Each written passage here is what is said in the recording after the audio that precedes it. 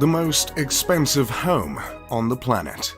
In the inner city of Mumbai, India, not far from the poverty-stricken slums, on the renowned Altamont Road, stands Antilia, the most expensive home ever created.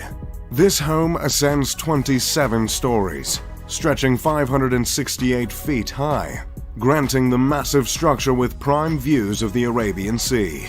In technical terms, the home is the second most expensive residential property in the world, considering Buckingham Palace is worth around $5 billion US. However, Buckingham Palace is considered a crown property, whereas Antilia is a private residence. And the most expensive private residential property at that, with some pricing estimates as high as $2 billion. Even still, any list in which a residence is preceded by Buckingham Palace pretty much guarantees that place is going to be over-the-top luxurious and is likely a house I'd love to move into. In this video, I'll take you on a virtual, informative tour of this ostentatious estate, while engaging all of 2 of your senses. In this massive home, there are several ceilings that are double or triple heighted, so the 27-floored skyscraper looks more like a 50 or 60-floored building. Can you imagine only being as tall as an ordinary 27-floor building? Laughable. On some of the lower floors, there is a multi-level car lot that can hold 168 vehicles, including Mukesh's precious RS5 Crore Maybach, a car for very important people. Somewhere in that car lot is also a car service station. But if cars aren't your style, don't worry. The home also has 3 helipads placed on the roof. Few things say billionaire like more than one helipad on the roof. Both the private car lot and helipads are violations of residential bylaws in Mumbai, but from what we can tell, no one has forced the billionaire's hand to make any changes. Above the car lot, you'll find an extravagant lobby composed of 9 elevators. Further up is a 2-story recreation center with a lap pool, a gym, a juice bar, a dance studio, and a yoga studio. Floors like these are how Jeff Bezos transformed his I sell books body to his I sell what I want physique. As you continue to ascend, you will eventually run into a spa and a ballroom. The ballroom is adorned with multiple crystal chandeliers that cover 80% of the ceiling, leaving a shameful 20% exposed and unadorned. To capitalize on the entertainment focus areas of the home, there's a movie theater that sits 50 viewers. There are multiple balconies and terraces with luscious gardens hanging over the sleek facade along the home. The vegetation attached to the sides of the building are meant to absorb sunlight in order to keep the interior as cool as possible. Hopefully that touch can put a dent in what must be a monstrous electricity bill.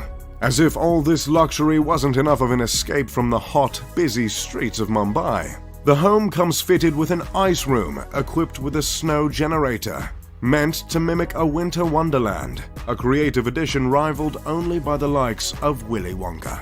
The immaculate structure was designed by architects Perkins & Will out of Chicago, and the interior design was overseen by an Australian company called Lighton Holdings. While the 400,000 square foot building is home to just 6, it's also meant to make room for a staff of 600 cooks, cleaners, and security personnel. So that makes the size of the mansion less excessive, right? I double-checked that stat, by the way, and I can confirm 100 staff per family member. The building is named after a legendary island, also called the Isle of the Seven Cities. The tale of this island originates from an old Liberian legend in which bishops fleeing from the Muslim conquest of Hispania escaped to an island and created 7 settlements there. There's not much else on that fun fact, and no one seems to know why the owners of the home took to that fabled island. But that's the thing with being a billionaire. No one questions your decisions. Considering the unique shape of the skyscraper and the fact that its construction cost not 6, not 7, not 8, but 10 figures, it'd be a fair assumption to presume the design of the home is symbolic, or at least, on purpose. And that assumption would be correct. This incredible structure was meticulously crafted with Hindi influence and generously laced with religious symbolism. Within the 27 stories, there are 6 sections of the home that are meant to reflect earth, water, fire, air, sound, and light. These elements were placed from bottom to top as to mimic not Nickelodeon's Avatar: The Last Airbender, but the ascension to enlightenment. Throughout the mansion there are two reoccurring motifs: the sun and the lotus. These symbols are meant to represent rebirth. The materials used to stand for these themes include marble, crystal, and none other than mother of pearl. There is a temple in the home in which the family of 6 goes to pray regularly. There are many statues of Hindu deities throughout the home, including the Hindu god Ganesh, revered as the remover of obstacles, and Shiva, the Hindu deity who destroys to make way for new creation. Along with religious themes and the motifs of lotus and sun, the house is said to have been inspired by the Atlantic Ocean. The owner of the $2 billion home is Mukesh Ambani, a petroleum titan, chairman of Reliance Industries and, surprise surprise, the richest man in India. Mukesh is responsible for 1/5 of India's exports, which is absolutely outrageous considering India makes up for 1/3 of the Earth's population. Mukesh's father created a business that turned into the world's biggest producer of polyester fibers and yarns.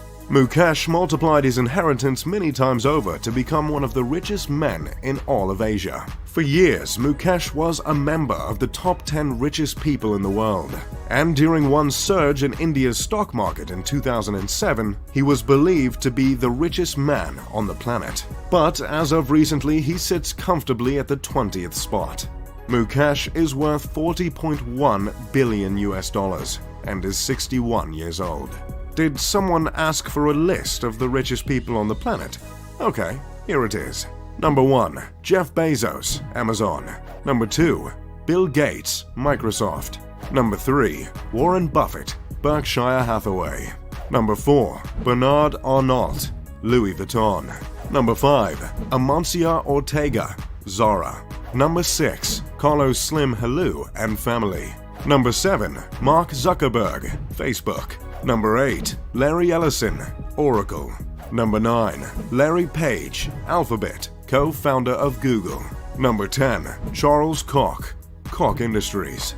Number 11. David Koch, you guessed it, Koch Industries. Number 12. Sergey Brin, Google. Number 13. Michael Bloomberg, Bloomberg. Number 14. Ma Huateng, Tencent Holdings. Number 15. Jim Walton, Walmart. Number 16. Rob Walton, Walmart. Number 17. Alice Walton, Walmart. Number 18. Steve Ballmer, Microsoft. Number 19. François Bettencourt Myers and family, L'Oreal. Number 20. And our guy, Mukesh Ambani. We just love lists here at Mr. Luxury. As you might have noticed from the list, Mukesh is one of only 2 individuals from Asia to earn a spot on the list.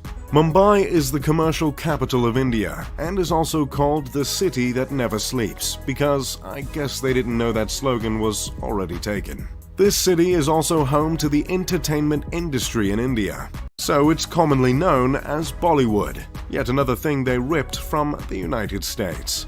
While the city is home to the world's most expensive house, it's unfortunately also home to the world's largest slum.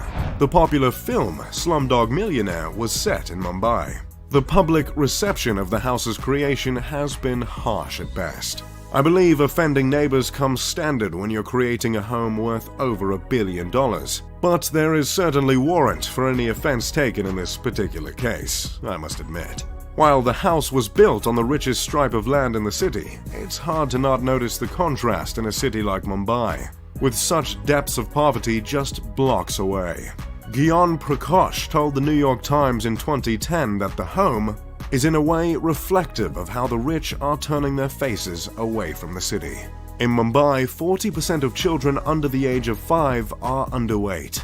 The gap between the rich and the poor is as stark and vast here as any other place in the world. Still, there are some that bring up the charitable acts of the Ámbani family, which include the creation of a hospital, when discussing the moral responsibilities of the family, not to mention numbers of the philanthropic ventures, specifically by Nita Ámbani, Mukesh's wife. Which is great and all, but no one is going to ignore the gargantuan mansion towering over the city, or any of Mukesh's indulgences other than the mansion. Years before the creation of Antilia, Mukesh bought his wife an Airbus for her birthday for $60 million. He had the passenger jumbo jet refitted with a living room, a bedroom, satellite TV, a sky bar, and a spa. Unlike most families worth billions, the Ámbani family owns just the one home as opposed to the expected several around the globe. Initially, the family shared a house with Mukesh's mother and brothers. But after Mukesh's father passed away of a stroke, he decided to break the bank on the 400,000 square foot home. The children of Mukesh and Nita all studied at universities in the States. Isha, the eldest daughter, recently graduated from Yale. Her twin brother, Akash, and younger brother, Anat, both graduated from Brown University. Not that I'm in any position to judge Mukesh as a father, but it's nice to see he raised 3 Ivy Leaguers. That's pretty much all I've got on Antilia and the Ámbani family.